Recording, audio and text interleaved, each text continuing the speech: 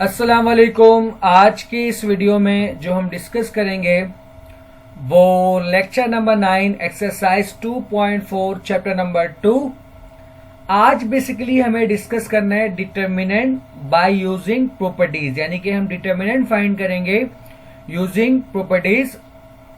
तो किस तरह हम डिटर्मिनेंट फाइंड करते हैं प्रॉपर्टीज को यूज करते हुए, वो आज हम देखेंगे। अच्छा, सबसे पहले जो क्वेश्चन नंबर 1 है वो तो सिंपल है, इसमें कोई प्रॉपर्टीज यूज नहीं है। प्रॉपर्टी आपका जो स्टार्ट होगा वो क्वेश्चन नंबर 2 से, और आज हम इंशाल्लाह question number 1 and question number 2 को देखेंगे।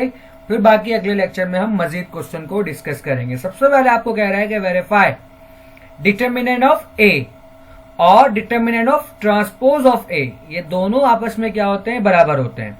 तो चेक करते हैं। सबसे पहले टू प्रूफ, आपको प्रूफ करना है कि determinant of A is equal to transpose का डिटर्मिनेंट, ये दोनों आपस में क्या होता है, बराबर। तो सबसे पहले टेकिंग लेफ्ट हैंड साइड, आप जानते हो कि डिटर्मिनेंट के लिए हम स्क्वायर ब्रैकेट को हटाकर वर्टिकल लाइन लगाते हैं, और ये हम काफी पढ़ चुके हैं एक्सरसाइज 2.3 में कि किस तरह हम 3/3 का डिटर्मिनेंट फाइंड करते हैं सिंपल तरीके से। तो इसके लिए मैंने आपको बताया था कि हम एक्सपेंड करेंगे रॉ 1 को। वैसे तो हम किसी को भी एक्सपेंड कर सकते हैं, कोई भी रो कोई भी कॉलम, लेकिन मैंने आपको बताया जो मैं एक्सपेंड कर रहा हूं किसको, रॉ 1। ठीक है, तो रॉ 1 में सबसे पहला जो एलिमेंट हमारे पास वो 2 है। तो अब अगर कोई न्यू व्यूअर्स हैं तो उनको मैं कहूंगा कि आप जो है कम से कम आप एक्सरसाइज 2.3 के लेक्चर नंबर 5 या 6 को आप देखें, ताकि आपके पास डिटर्मिनेंट का कॉन्सेप्ट क्लियर हो जाए। चूंकि मैं यहां पर एक स्टेप डायरेक्ट कर रहा हूं, मैं एक बार फिर रिवाइज करवा देता हूं। जैसे कि हमारे पास यहां पर फर्स्ट रॉ है, फर्स्ट रॉ में पहला एलिमेंट हमारा क्या है, 2। तो हम 2 लिखते हैं। 2 जिस रॉ और जिस कॉलम में होता है उसको हम एलिमिनेट करते हैं। जैसे 2 आपके पास फर्स्ट रॉ में है, सॉरी एक मिनट, और फर्स्ट कॉलम में है, तो हम फर्स्ट रॉ और फर्स्ट कॉलम को हम एलिमिनेट करेंगे। उसके बाद जो हमारे पास बचता है 4 -5, इसके बाद 6 और 1। ठीक है ना। उसके बाद हमारे पास होता है फॉर्मूला का माइनस, यानी कि पहला प्लस हम लगाएंगे, दूसरा माइनस, और फिर क्या होगा, प्लस। अब हमें चेक करना है कि इस 5 की पोजीशन क्या है। अगेन ये 5 फर्स्ट रॉ में है और ये सेकेंड कॉलम में है। ठीक है ना, फर्स्ट रॉ सेकेंड कॉलम, तो जो बचेगा उसको आप लिखोगे 3 1 और 6 1। सिमिलरली लास्ट में हमारे पास 0 है, तो हम 0 लिखेंगे। इस 0 की पोजीशन क्या है, first raw third column, first raw third column, इसको आप छोड़ दोगे 3 1 और 4 -5। अब आपको डिटर्मिनेंट फाइंड करना है, तो सबसे पहले हम मल्टीप्लाई करवाते हैं मेन डायगोनल को, यानी कि 4 1 4। बिटवीन में आता है फॉर्मूला का माइनस, जिसे मैं बताऊं कि सबसे पहले 4 मल्टीप्लाई बाय 1, फिर आता है फॉर्मूला का माइनस, उसके बाद इन दोनों को हम मल्टीप्लाई करवाएंगे -5 मल्टीप्लाई बाय 6। ठीक है, तो 4 1 4 माइनस माइनस प्लस 5 6 30। फिर हमारे पास -5 आएगा, सॉरी मैं यहां पर -5 लिखा नहीं था। ठीक है, -5। उसके बाद हमारे पास क्या होगा, 3 1 3 और 6 1 6। सिमिलरली +0, 3 मल्टीप्लाई -5 होगा -15 और 4 1 4। अब आप सिम्प्लीफाई करोगे तो आपके पास ये क्या बनेगा, 4 + 30 होता है 34, 34 मल्टीप्लाई टू कितना हो जाएगा 68, 3 - 6 होता है -3, -3 मल्टीप्लाई -5 हो जाएगा +15। चूंकि ये 0 है तो ये सारा क्या होगा, खत्म हो जाएगा। 68 + 15 हमारे पास होता है 83। अब हम फाइंड करेंगे राइट हैंड साइड, यानी कि ट्रांसपोज का डिटर्मिनेंट।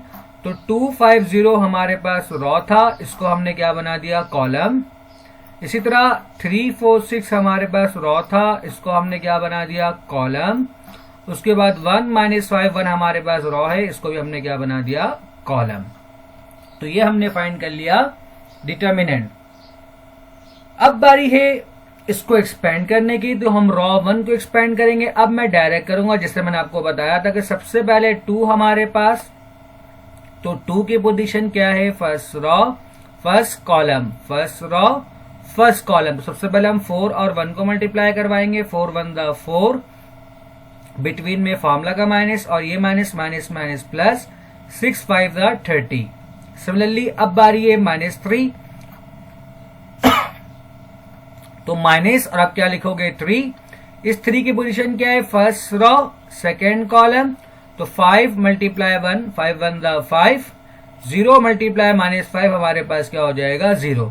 3 के बाद बारी आएगी 1 की, तो 1 किस में है, फर्स्ट रॉ और थर्ड कॉलम, तो आप किसको मल्टीप्लाई करवाओगे, 5 मल्टीप्लाई 6 30 और 4 मल्टीप्लाई 0 0। आपको सिंप्लीफाई करना है।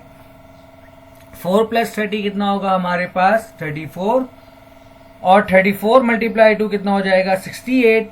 सिमिलरली 5 माइनस 0 कितना होता है 5, माइनस 3 मल्टीप्लाई 5 कितना हो जाएगा -15, और 30 माइनस 0 कितना होता है 30, और 30 मल्टीप्लाई 1 कितना हो जाएगा 30। ठीक है, तो -15 प्लस 30 कितना होता है +15, +15 68 हमारे पास हो जाएगा 83। तो लेफ्ट हैंड साइड और राइट हैंड साइड हमारे पास क्या है, बराबर है। नेक्स्ट हम डिस्कस करेंगे डिटर्मिनेंट बाय यूजिंग प्रॉपर्टीज। ठीक है, अब मुझको जस्ट सेकेंड है, मैं जस्ट एक काम, उसके बाद मैं बताता हूं आपको आगे।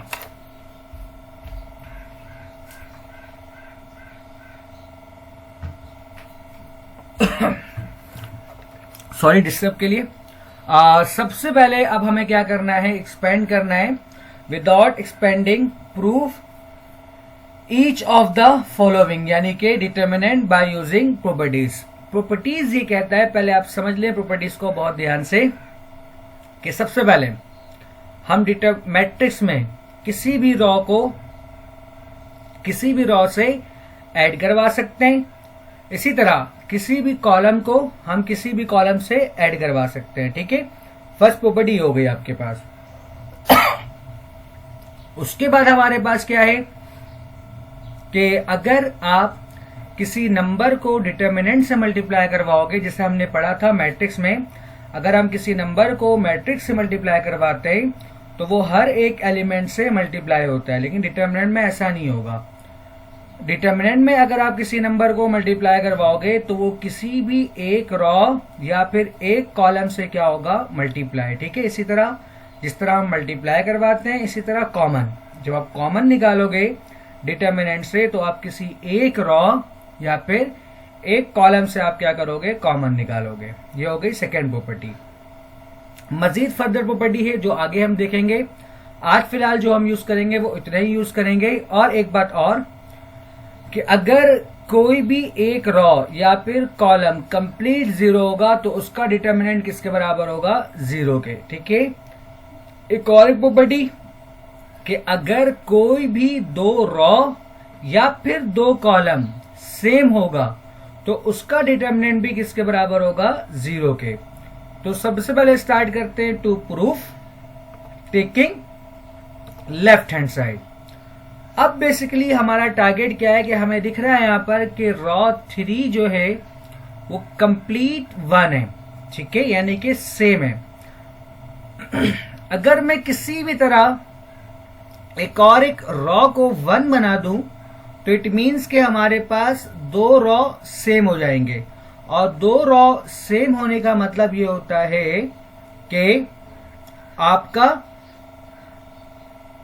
डिटर्मिनेंट किसके बराबर हो जाएगा, 0 के। ठीक है, तो हमें दिख रहा है कि यहां पर हमारे पास क्या है, x + 1, और नीचे क्या है z, यानी कि x और y, और नीचे हमारे पास क्या है, z है। अगर मैं इन दोनों को ऐड कर दूं तो हमारे पास क्या हो जाएगा, x + y + z।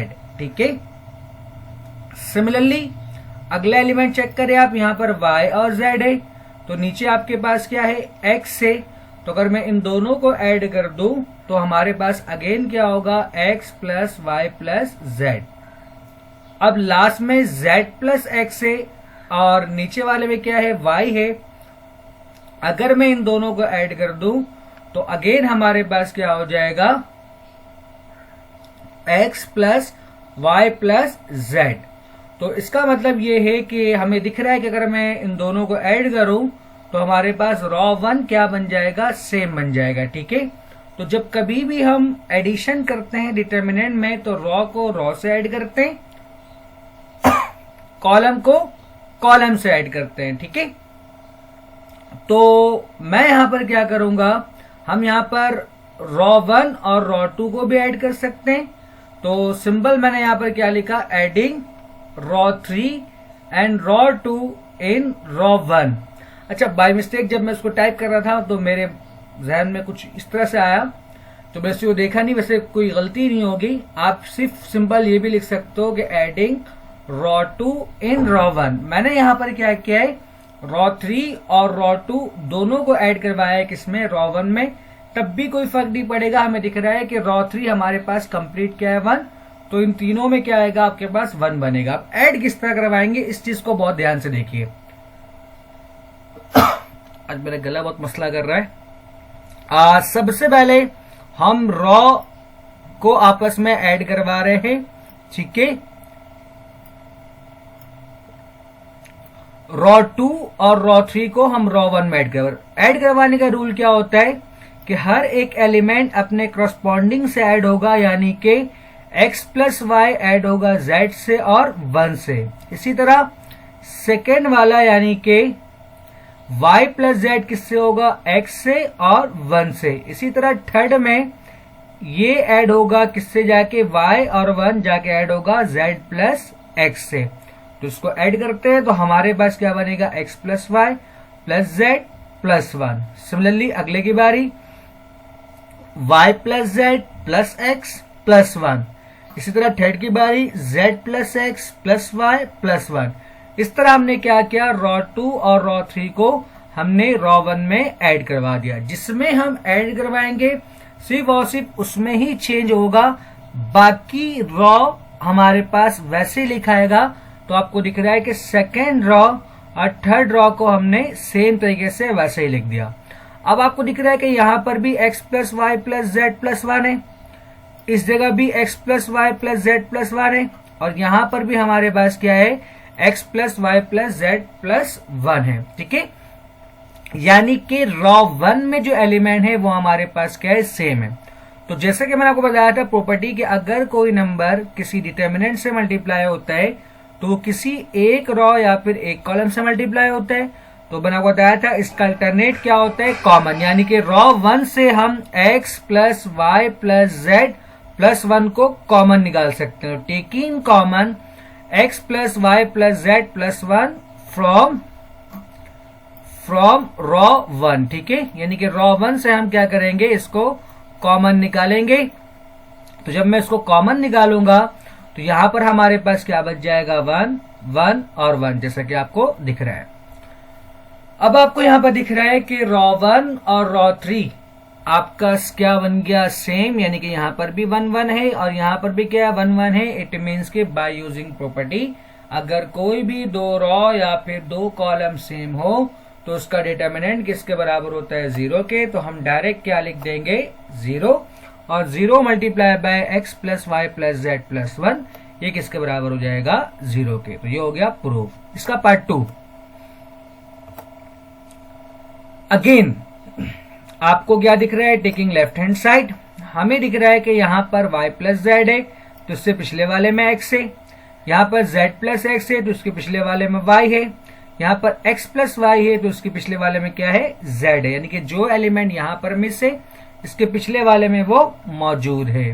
तो अगर मैं कॉलम 2 और कॉलम 3 को ऐड करवा दूं तो इसका मतलब क्या होगा, हमारा मसला हल हो जाएगा, x plus Y plus Z, x plus Y plus Z और x plus Y plus Z, इस तरह ये सेम बन जाएगा। तो एडिंग कॉलम 3 इन कॉलम 2। अब ऐड किस तरह करवाएंगे, ये हमारा कॉलम 2 है और ये हमारा कॉलम 3 है। हम कॉलम 3 को कॉलम 2 में ऐड कर रहे हैं, जिससे मैंने आपको बताया था कि हर एक करस्पॉन्डिंग अपने एलिमेंट से ऐड होगा, यानी कि ये वाला इससे ऐड होगा, ये वाला इससे ऐड होगा और ये वाला इससे ऐड होगा। ठीक है, तो ये हमारे पास बन जाएगा x plus Y plus Z, X plus Y plus Z, और ये भी हमारे पास क्या होगा x plus Y plus Z.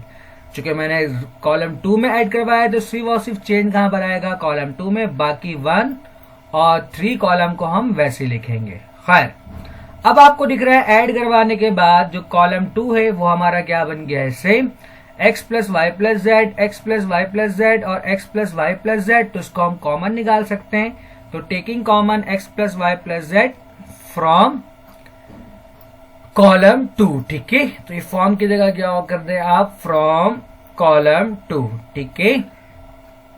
तो जब हम x plus Y plus Z को कॉमन निकालेंगे तो कॉलम 2 में कुछ नहीं बचेगा, सिर्फ और सिर्फ क्या बचेगा, 1। तो 1 1 1।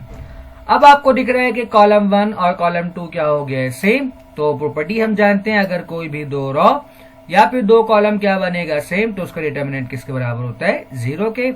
और 0 multiply by X plus Y plus Z किसके बराबर होगा, 0 के। आज का लास्ट पार्ट हमारे पास, to proof taking left hand side. अब हम क्या कर सकते हैं कि यहां पर अगर c प्लस डी है तो यहां पर a है, ये क्या बन जाएगा, a plus c plus D, ठीक है। अब अगले वाले में a प्लस डी है, तो इससे पीछे वाले हमारे पास क्या है, c है। अगर मैं इसको भी ऐड कर दूं तो ये हमारे पास क्या बन जाएगा, again a plus C plus D. अब यहां पर मेरे पास क्या है, a b और c आ गया, d नहीं है। इसका मतलब अगर मैं इसको c से ऐड करूंगा तो हमारे पास क्या बनेगा, a plus B plus C, जबकि ऊपर क्या आ रहा है, a plus C plus D. यानी कि अब ये डिफरेंट हो, यानी कि एक कॉलम को ऐड करने से फायदा नहीं होगा। अगर मैं अब इन 3 कॉलम को देखूं तो a plus B plus C plus D, ठीक है। सिमिलरली a b c और d ये चारों अल्फाबेट मिल गए। Again a b c d ये चारों अल्फाबेट मिल गए।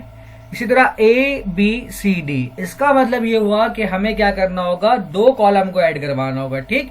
तो अब मैं क्या करूंगा, ऐड करवाऊंगा। सबसे पहले मैंने लिखा taking left hand side, adding column 4 and column 3 in column 2, यानी कि कॉलम 4 और कॉलम 3 को हम कॉलम 2 में क्या करवाएंगे, ऐड करवाएंगे। ये हमारा कॉलम 3 और ये हमारा क्या है, कॉलम 4। इसको हम ऐड करवाना है कॉलम 2 में। जैसे कि मैंने आपको बताया, पहले वाले को हम पहले वाले से ऐड करवाएंगे, दूसरे वाले को हम दूसरे वाले से ऐड करवाएंगे, तीसरे वाले को हम तीसरे वाले से ऐड करवाएंगे और चौथे वाले को हम चौथे वाले से ऐड करवाएंगे।